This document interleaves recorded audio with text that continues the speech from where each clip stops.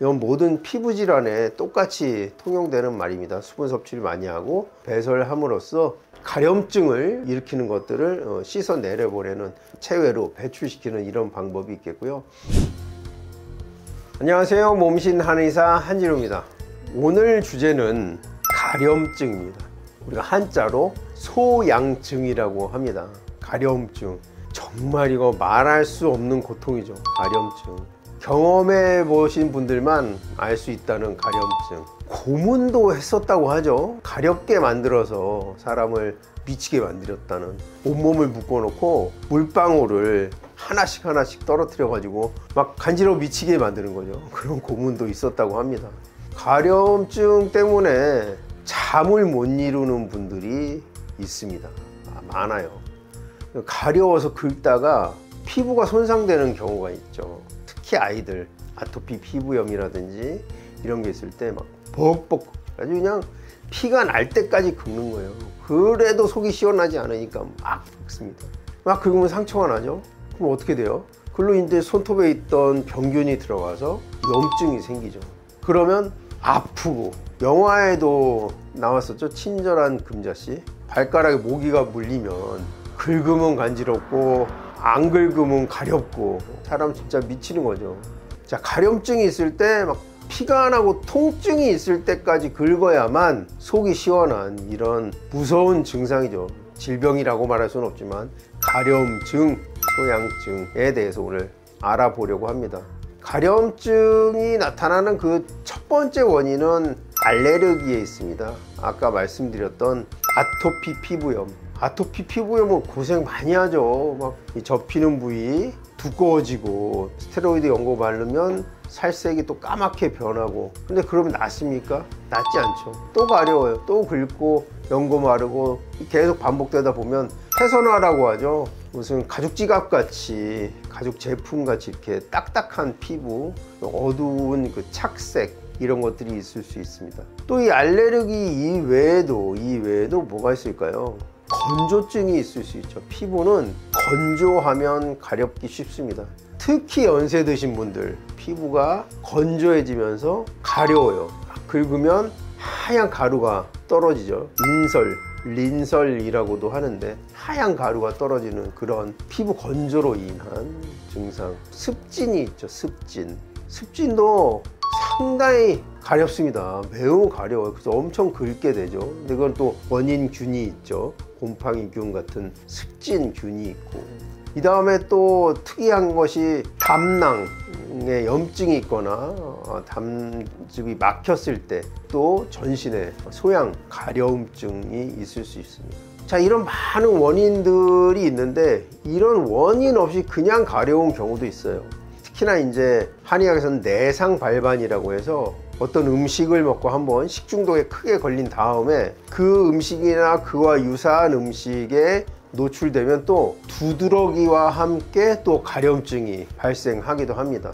이 외에도 온도 변화에 의해서 한냉성 콜린이라고 하죠. 사우나를 갔다 나왔는데 두들두들하게 생기면서 가렵다든지, 일시적으로 그러고 바로 가라앉기도 하지만 이게 굉장히 지속되는 분들이 있어요. 그래서 이분들이 전부 약국 가서 그 항히스타민제 복약하고 좀 가라앉으면 또 중단했다가 이걸 반복하고 있습니다. 다행인 것은 한의학에서 가려움증을 그 원인에 따라서 감별 진단해서 치료하는 그 처방들이 많이 있습니다. 다 낫는다고 약속 드리지는 못해요. 왜? 어려운 증상입니다. 이 원인도 다양하고 그 원인들이 굉장히 다 고질이에요. 그래서 쉽지는 않지만 우리가 완치라고 말하지 않고 관해라는 용어를 씁니다. 아, 이 정도면 지낼만 하다, 견딜만 하다, 이 정도를 치료 목표로 하고 치료에 임하고 있습니다. 가려움증이 있을 때 우리가 제일 먼저 일상생활에서 할 수 있는 일은 수분 섭취입니다.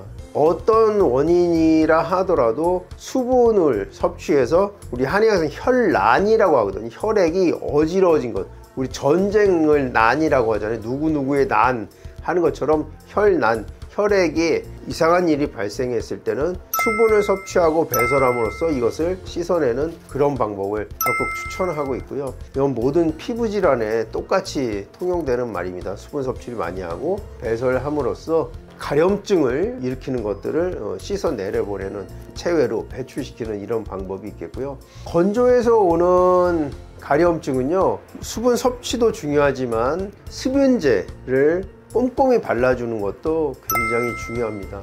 역시 아토피 피부염도 마찬가지인데요. 아토피 피부염 치료도 치료지만 관리의 질환입니다. 결코 쉽지 않은 질환이기 때문에 우리 피부에 닿는 옷을 세정하는 세제도 굉장히 부드럽고 자극이 적은 세제를 할 필요 있고, 너무 강하지 않은 세제로 몸을 닦아내고, 그 다음에 습윤제, 피부 보습제를 꼼꼼히 발라주는 것 굉장히 중요하고요. 이렇게 건조 때문에 가려움증이 생기는 분들은 사우나는 피하시는 것이 좋습니다. 그때 땀이 나가면서 피부를 더 건조하게 만들기 때문이에요.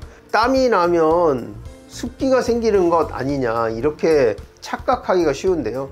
땀이 나면서 그 기화열로 인해서 피부는 더 건조해지기 마련입니다. 그래서 어떤 알레르기라든지 아토피 피부염이라든지 건조에 의해서 가려움증이 생기는 분들은 사우나는 좀 피하시는 것이 좋고요. 습윤제, 보습제를 충분히 발라주시는 것이 도움이 됩니다. 이 처방은 그 알레르기에 관한 그런 처방을 쓰게 되고, 피부 건조증에는 그 윤제, 음액 성분, 진액 성분을 보충해줘서 건조증을 없애주는 그런 치료를 하게 됩니다. 그러니까 습진이나 이런 것들은 뭐 쉽지는 않지만 또 그거에 맞는 처방을 할 수 있고요. 어찌됐건 가려움증이 있을 때 내가 제일 해야 하는 일은 수분 섭취를 충분히 하고 충분한 휴식을 취하는 것입니다.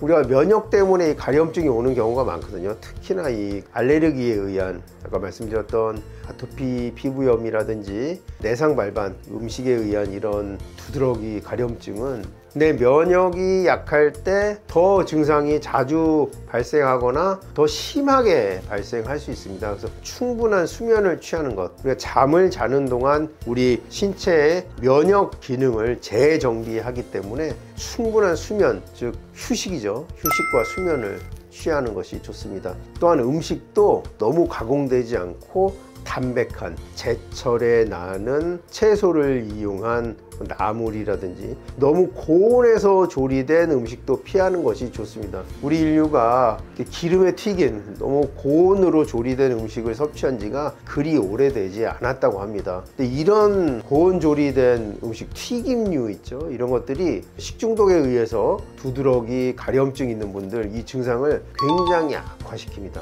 아토피 피부염도 마찬가지예요. 그래서 충분한 수분 섭취, 충분한 수면과 휴식, 그 다음에 건강한 음식, 이건 뭡니까? 우리 건강의 기본 전제와 거의 비슷하죠. 피부의 가려움증, 그것은 우리 몸이 건강할 때 덜 발생할 수 있으니까 우리는 생활관리 이렇게 하고 치료는 의료기관에 맡기시면 좋은 결과 있을 거로 생각이 됩니다. 지금까지 가려움증에 대해서 말씀을 드렸고요.